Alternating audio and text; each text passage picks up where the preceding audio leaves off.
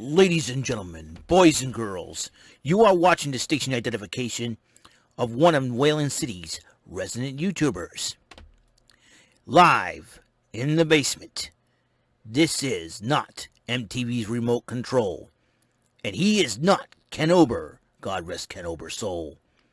This is WEML-TV, Channel 77. And now here's your host, New Bedford, Massachusetts' own Mr. Eric M. Lima. Thank you very much, Mr. Announcer. Praise the Lord. God is good. God is great. Jesus is alive and well. Call a familiar face and call all the folks you know, from your family, relatives, friends, enemies, frenemies, associates, acquaintances, co-workers, classmates, roommates, compadres, amigos, comrades. Call anybody that you know and tell them that your boy is doing his YouTube show, his YouTube CBS station identification, and CBS, not the pharmacy, but although laughter is the best medicine, you can feel make yourself feel good by watching my videos, and make yourself feel better because it's a channel vlog show. It's called WEML TV, Channel 77. And hosted by yours truly, where there's ordinary and there's me, Mr. Eric Lima. What's going on, everybody?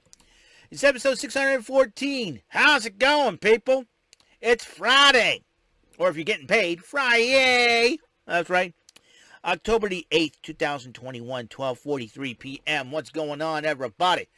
Got a lot of videos to do after it, because I didn't get a chance to do my Impact Event Center last night because Rant and Rave went to almost 4 hours, man, over 4 hours, man, because we had a lot to talk about. A lot has been happening. We've been having trouble in getting Gilbert on. We finally had Gilbert on, but he keeps going out, poor guy. I don't know what's up with his internet, but he says he wants to try again next week. So next week, we'll have Gilbert on again, part 2 of the interview. And he is one of the coolest guys ever. I mean, he told us some of the greatest stories, funny stories. Gilbert, Dwayne Gill, a.k.a. Gilbert, the longest reigning WWE light heavyweight champion. I tell you what, it was an honor talking to him, and we get a chance to talk to him more. It's going to be a lot of fun, that's for sure. But today is the event center from last night, October the 7th. By the way, the Red Sox lost last night 5-0 in Game 1 to ALDS. You know what? I'm going to go on the record and say this. No matter what happens in this series, I'm really proud of the Red Sox for proving people wrong. I think everybody projected the Red Sox to finish fourth in the for the season, but they finished better than that. They finished half that, even though and knocked off the Yankees in the wild card race, and that's something else. So sorry, Michael Bombardier. I love you, man, but brother. I love you as a friend, but brother, you got. What's mind-blowing about the Yankees is this, all right? For the past 20 years, they spent over $1 billion, probably $2 billion in players alone. And yet, all those 20 years, only one World Series championship to show for it, which is mind-blowing.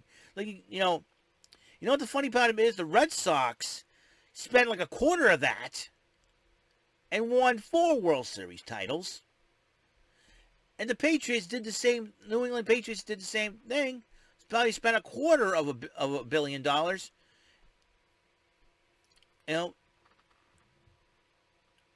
quarter of $1 billion, and ended up winning 6 Super Bowls. What's that tell you? Yankees better. I think the Yankee management better be rethinking their strategy if they want to win about 30 World Series titles or something like that. Might I digress? So. This is the final Impact before Knockouts Knockdown this Saturday. I'm going to try to watch that. Of course, I'm looking forward to that. 6-man tag team action. The Bullet Club, that will be the team of El Phantasmo, Chris Bay, and Hikuleo, the 7-foot terror son of Haku, to go up against Chris Sabin and Finjuice. And Finjuice would be David Finley and the newly engaged Juice Robinson. That's right, he popped the question to SmackDown superstar Tony Storm. Gotta love that. Some congratulations to you two kids out there. And a hard-fought matchup. It seems to me that the Bullet Club did win the matchup. We'll due to a little bit of chicanery. And Gia Miller interviewed Josh Alexander. Said, hey, listen, after our matchup at the main event, Christian Cage, you and I, bound for glory. So we'll see. So let's see what that was all about. Heath Rye for LSB for the title, because tonight last night's main event was Austin and Madman Fulton versus Josh Alexander and Christian Cage. But then Heath arrives at the Impact Zone, dressed as the crowd, saying, I miss you guys. It's been over a year. I've been hurt and all that. And he was talking about Rhino. He says, I'm trying to contact Rhino, see where he stands.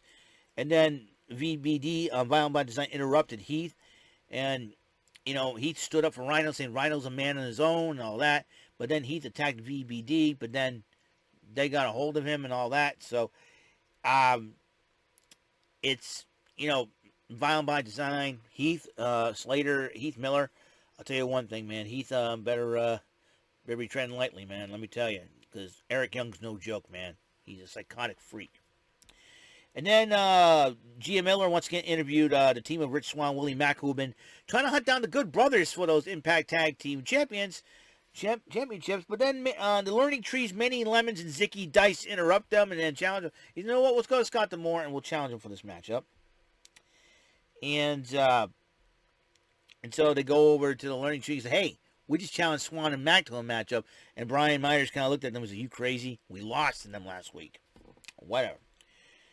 But then there was a unique 6-woman tag team match for Knockouts Knockdown. Brandy Loren and Kimberly, the undead bridesmaids of Su Yung, teamed up with Lady Frost, who probably is creeped out by them as anybody, against Tasha Steele, Savannah Evans, and the newcomer making an Impact debut, Mercedes Martinez, the former NXT standout and Mae Young Classic standout. And in the end, though, it was a heck of a matchup.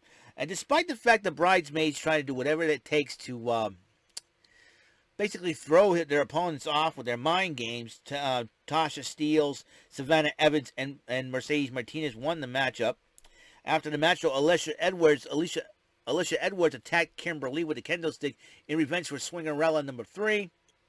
And then after I think Luscious Lawrence, who was one of the security guards, OVW by the way, dragged Alicia Edwards to the back. She was ticked off. She had Kendra, the stick in her hand, and said that, I want, and she ticked at Su Yung, ticked at Brandy Loren, ticked at Kimberly, and Gail Kim's like, hey, what's the matter? What's going on? And what's the matter? She looks at Gail Kim and says, I want Kimberly. She was so frustrated. Fine, you'll get Kimberly, but it's not going to be an ordinary matchup because you have 2 more players. Savannah Evans and Jordan Grace will join in the fight. It'll be a 4-way Monsters Ball in honor of Daphne. And you know what? Alicia says, that's fine by me. I'm bringing her. I'm bringing Kendra with me, so you can bring anybody and whatever and anything you want. Fine. So that's going to happen at Knockouts Knockdown tomorrow night. And there's also there's a Knockouts Knockdown tournament.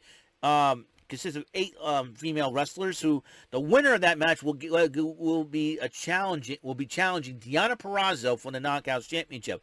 In the first round of this tournament, Tasha Steele will go 1-on-1 with Jamie Senegal. Chelsea Green will go 1-on-1 with Michelle. Lady Frost draws Rachel Ellering. And one of Undead Bridesmaids, Brandy Loren, will take on Mercedes Martinez. I expect Mercedes Martinez to do some mollywopping on Brandy Loren. Then, All About Me with the Influence, and the guests were DK, and DK's been playing mind games with them. And DK's been playing mind games with them. And I am blown away because DK threatened to take over. They were creeping out the Influence. And if I were Caleb with a K, I would stay out of this matchup because I think Caleb with a K is going to be outnumbered at ringside because you might have Black Taurus and Crazy Steve backing up Havoc and Rosemary, the current Knockouts Tag Team Champions. And then Moose and Morrissey hit a promo on Callahan and Eddie Edwards, which their team name is the Gatekeepers as far as Callahan and Edwards concerned. So But Sami Callihan knows that Alicia Edwards hits hard. Eddie Edwards can attest to this. So, speaking of Black Taurus, there was an X division qualifying match for in triple threat. It would be Black Taurus, Steve Macklin, and Petey Williams. And Steve Macklin did pick up the victory to qualify for the vacant X Division Championship. And then GML interviewed Christian Cage, and then Christopher Daniels interrupts and says, the reason why I came back here, I want the Impact World Heavyweight title. That's the only title he never had. So, you better watch it. So, if Josh Alexander defeats him, he's going to have to deal with Josh Alexander. But a heck of a matchup. So Swingers Power's getting packed up after Scott D'Amore decided to shut things down. Falaba interrupted them, and he's like, hey, fine. So you're banned. Well, you guys are getting shut down. Well, you're still banned. Well, idiot. So Zicky Dice and Manny Lemons of the Learning Tree took on Willie Mack and Rich Swann, which Mack and Swann did pick up the victory over that duo. So I'm sure Brian Myers is like, what have I picked? Yeah, a bunch of stooges. That's what you picked up. Bo Larry and Curly and Shemp. Whatever. And then Scott D'Amore had a meeting, and Deonna Purrazzo and Mickie James still wanted to kill each other. And in fact, to the point where Scott D'Amore was ticked off at Deonna Purrazzo for attacking Mickie James. So they put a no contact situation where, because Knockouts Knockdown, for Bound for Glory, for Bound for Glory, the title match is still on. But if Mickie puts her hands on Deonna Purrazzo, she loses her title shot. But if Deonna puts her hands on Mickie James, she loses the title. So, and then at Knockouts Knockdown, each lady will be involved in a pick your poison matchup. That means Mickie will pick Deonna's opponent, while Deonna Purrazzo picks Mickey's opponent. You know what I'm thinking? I'm personally hoping Mickie picks Melina again to beat the snot of Deonna Purrazzo. I got a feeling that Melina needs to bring a receipt, revenge for a rematch or something, not for the title, but just to pick a poison matchup. I personally hope Mickie brings Melina back, but Melina may have her hands full with Camille. Although that would be a great idea. Instead of Melina, why don't we put Camille in that matchup? And who I think Deonna Purrazzo is going to pick, I got a weird hunch it's going to be Su Yung. I think, and if anybody knows, Deonna Purrazzo, it would be Su Yung, definitely. I think Su Yung could be the poison that Deonna is going to pick for Mickie, while I'm hoping either Melina or Camille for Deonna Purrazzo. Imagine Camille picking on Deonna Purrazzo. That would be a heck of a matchup. But personally, I'm sure Melina will say, pick me. I want my revenge. Who knows what's going to happen on Knockouts Knockdown tomorrow. Tomorrow night. I'm looking forward to that. So, that is all the time we have on the show. In the next episode 615, we're going to play some high rollers in Flinging Dice Friday. We're going to play the $10,000 version, and then the next episode will be the $25,000 version, big numbers. So I will see you guys later. You guys have a wonderful, wonderful day. Blessings to all of you, and the Lord loves you. So do I. So until the next episode, peace, love, and bless out. I'll see you next episode.